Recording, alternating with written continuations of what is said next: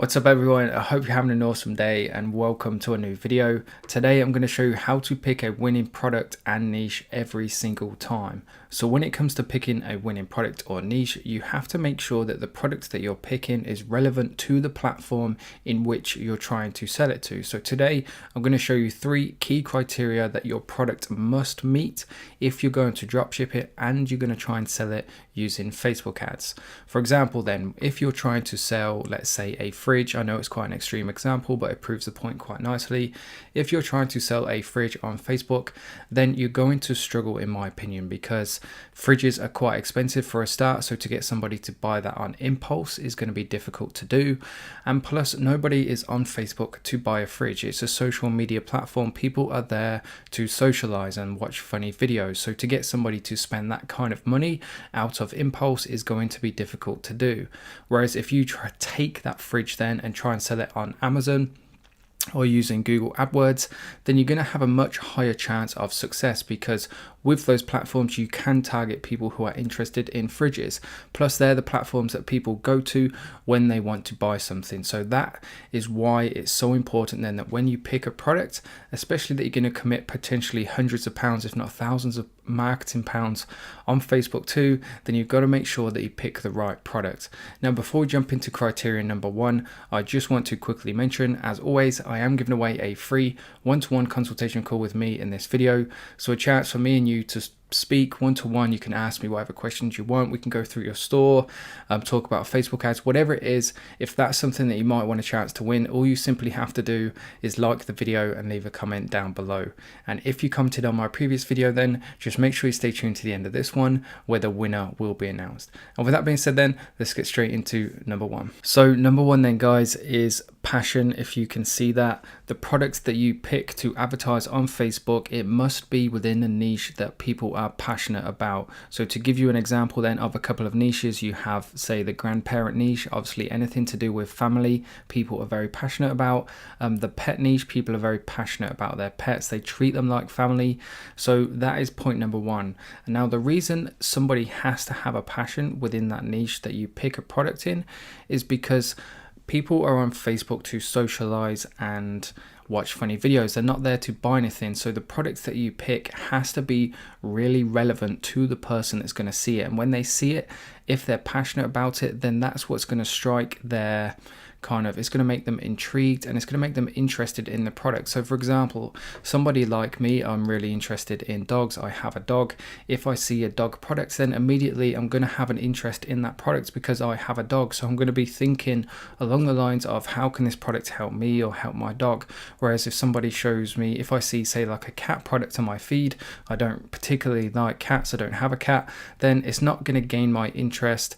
I'm not going to be intrigued about it, and I'm just going to scroll straight past it. So that's why the products that you pick, it has to be within a passionate audience, because that's the only way that you're going to be able to get somebody's attention, is if they're passionate about your product. When I talk about passion then and how to gauge whether somebody's actually going to be passionate about your product, then there's kind of like 1 or 2 ways in which I think about it. Number 1 is, what can that product do for the person? So is that product solving a problem then? And if it is, then what kind of problem? Is it just like a stupid little problem that people aren't really bothered about, or is it a really big problem that is going to make a big impact in people's lives? So for example then, the LED dog collar, many people will shoot that down as a drop shipping product, but the problem it solves is a really important problem. If somebody can spend 15-20 pounds on a collar and a lead that could potentially save their dog's life, then that is a tiny investment for the potential reward that they're going to get with that product, and therefore it solves a really big problem that people are passionate about. Passion means strong emotion. So when somebody sees your product and sees your ad, it must trigger some sort of emotion within them, and that's what's going to gauge their interest and potentially lead them to buying your product. Another way to create that passion within your customer is to advertise your product in a way that sparks some kind of emotion when they see your ad. So I know I use the dog niche a lot purely because it's such a good example. There's so many different examples within it. If you try and advertise, let's say, some sort of dog clothing, whether it's some sort of hoodie or like waistcoat or something, if you can get like a really cute dog to run around having fun chasing a ball wearing that piece of clothing, then when somebody sees your ad, regardless of whether they notice the product or not, the fact that they see a dog having fun, it sparks that emotion within the viewer. It makes them think that's a cute dog, and they have that connection with that product or with your ad. And that is key. That is 100% key to choosing a successful product on Facebook. If you can pick a product and advertise it in a way that's going to grab people's attention, it's going to make them want to engage with it, and it's going to make them interested in the product and actually want to watch the video out of pure enjoyment, then you're going to be on a fast track to success. It's the easiest way. Just make sure you pick a product then that people are passionate about. Moving on to number 2 then, guys, which is evergreen. So pick a niche and a product within a niche that has an evergreen audience. And what I mean by that then is that the audience is constantly increasing in size. So to give you an example then, the dog niche again, a lot of people will consider the dog niche quite saturated, but it's a really good example of an evergreen audience. Thousands, hundreds of thousands of pets get adopted every single day. So there's hundreds of thousands of potentially new customers every single day. And that's essentially what an evergreen audience is it's an audience where there's more and more people coming into that particular audience every single day. Another good one is the grandparent niche. There's hundreds of thousands of people born every single day, and the majority of them will probably have grandparents. Therefore, there's new customers coming into that niche, into that market on a daily basis. And the reason this is so important then is because if you can pick a niche that has an evergreen audience, then your niche and the products within that niche are going to sell all year round, 365 days a year. There's going to be no kind of spikes in interest and then a complete fall off. So for example, then the fidget spinner is a classic example, is that it wasn't an evergreen audience. There was a surge of interest, tons of people coming to the market for them, but then it just dropped off. There wasn't more and more people coming into the market because it was a trending product. It wasn't like when people hit a certain age, then they become interested in fidget spinners. It didn't work like that. Whereas things like the pet niches, the grandparent niches, cycling niches, there's constantly on a daily basis more and more people coming into those markets, and therefore it's an evergreen audience. And choosing a product that has an evergreen audience is just going to make sure that you don't have to worry about it one day becoming not popular, and it also means that you'll be able to sell it successfully and consistently 365 days a year. Another reason then why it's important to choose an evergreen product with an evergreen audience is competition. So if you have a particular market or audience that's growing in size on a daily basis, especially if you pick a product that hasn't got like a household name to it. So when I say LED dog collar to you watching this video, then there probably isn't a single brand in your mind that comes to your mind. So that's like an ideal situation, because when the new customers come into that market, come into that space and looking for that particular product, then there's no favoritism, there's no kind of go-to brand for them, which means if you can be one of the first people to show them your ad and you can do better than everybody else, then you're not going to lose out on that sale because there's no go-to brand. And this is where things can become really powerful, is that in those kind of spaces and those kind of products, if you can build a brand and become the household name or the country name for that particular product, then as people come into those spaces, then they just come straight to you. You don't even have to advertise. If now I'm talking probably like a few years down the line, because we're talking about building an established massive brand here, but essentially if you want to be in this for the long term, then there's no reason why that isn't the kind of thing that you should be working towards. So to summarize, in number 2, make sure you pick a niche that has an evergreen audience, which means that on a daily basis, if not weekly or monthly, then there's a good amount of new customers coming into that market. Moving on to the third and final criteria then, which is viral capability. So what I mean by that then is that, your ad comes into a big play here, is that the ad you produce for that particular product has viral capability. So if you just have a single image of just some boring bland products that nobody really cares about, then the viral capability is very small. Whereas if you have a really cool and quirky product, and the more cool and quirky a product is, or the bigger USP a product has, so the biggest unique selling point a product has is, then the more viral potential potential there is in that product. So for example then, the LED dog color doesn't really have much viral potential because unless you do something differently about it that nobody's seen it before, and it's quite a popular product, most people have seen it before.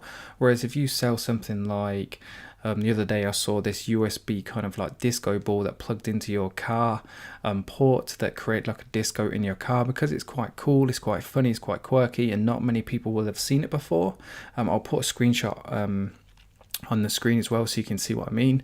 Then it's the sort of thing that a lot of people will engage with, and that's ultimately what it comes down to. You're advertising on a social media platform, so you need to take advantage of that by creating an ad about a product that has a lot of engagement potential, because the more people that engage with your product, so comment, like, share, then the more people that are going to see that organically, the more organic reach you're going to get, and the more people you can reach organically. So what I mean by that is for free. So every time somebody shares your ad or your post, then on average another 200 people are going to see that, because on average that's how many Facebook friends the average Facebook user has. So the more people you can get to do that, then to share or to engage, the more people that are going to see your ad that you won't have to pay for. So it's going to lead to cheaper CPMs.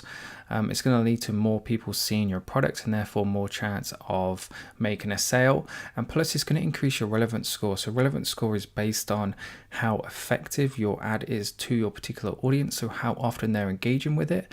And the higher your relevance score is, the more engagement you're getting. And in Facebook's eyes, that's only going to be a good thing. Obviously they want to give the best kind of user experience as possible, so they only want to show the ads that people are enjoying seeing. So the ads that people are watching all the way through, the ads that people are liking, the ads that people are commenting on, the ads that people are sharing.